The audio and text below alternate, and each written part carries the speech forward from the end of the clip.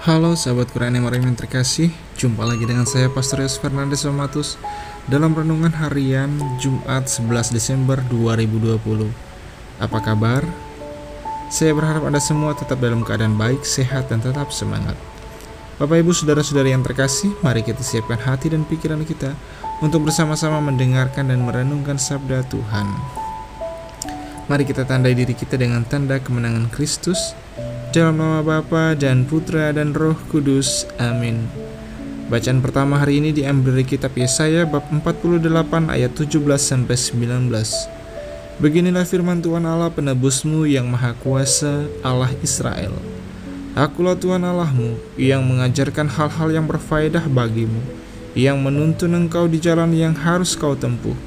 Sekiranya engkau memperhatikan perintah-perintahku, maka damai sejahteramu akan seperti sungai yang tidak pernah kering, dan kebahagiaanmu akan terus berlimpah seperti gelombang-gelombang laut yang tidak pernah berhenti. Maka keturunanmu akan seperti pasir dan anak cucumu seperti kersik banyaknya. Nama mereka tidak akan dilenyapkan atau ditiadakan dari hadapanku. Demikianlah sabda Tuhan, syukur kepada Allah. Dan Injil pada hari ini diambil dari Injil Matius bab 11 ayat 16-19. Tuhan sertamu dan sertamu juga. Inilah Injil Tuhan kita Yesus Kristus menurut Matius. Dimuliakanlah Tuhan.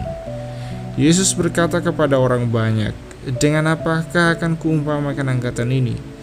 Mereka itu seumpama anak-anak yang duduk di pasar dan berseru kepada teman-temannya, 'Kami meniup seruling bagimu, tetapi kalian tidak menari.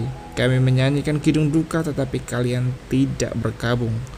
Sebab Yohanes Pembaptis datang, ia tidak makan dan tidak minum, dan mereka berkata, 'Ia kerasukan setan.' Kemudian Anak Manusia datang, ia makan dan minum, dan mereka berkata, 'Lihatlah, seorang pelahap dan peminum, sahabat pemungut cukai dan orang-orang berdosa.' Tetapi hikmat Allah dibenarkan oleh perbuatannya." Demikianlah Injil Tuhan. Terpujilah Kristus. Saudara-saudari yang terkasih, tidak jarang bahwa kita hanya mau melihat apa yang ingin kita lihat dan mendengar apa yang ingin kita dengar. Konsekuensinya, penilaian kita pun menjadi sangat tidak objektif. Menilai orang lain berdasarkan perasaan suka dan tidak suka. Sederhananya, kerap kali kita menilai orang secara suka-suka. Melihat dan menilai orang lain berdasarkan sudut pandang pribadi semata. Saudara-saudari yang terkasih, dari Injil yang kita dengarkan pada hari ini, Yesus mengecam orang yang tidak pernah mau melihat sisi positif dari orang lain. Kita dengar di Injil tadi, Yohanes dikatakan kerasukan setan karena tidak makan dan tidak minum. Sementara Anak Manusia, yaitu Yesus sendiri, yang makan dan minum, mereka sebut pelahap dan peminum, sahabat pemungut cukai dan orang-orang berdosa. Saudara-saudari yang terkasih, tidak ada yang benar, serba salah. Semua orang dilihat sebagai orang yang salah di mata ahli-ahli Taurat dan kaum Farisi. Mereka merasa diri paling baik dan paling benar sendiri.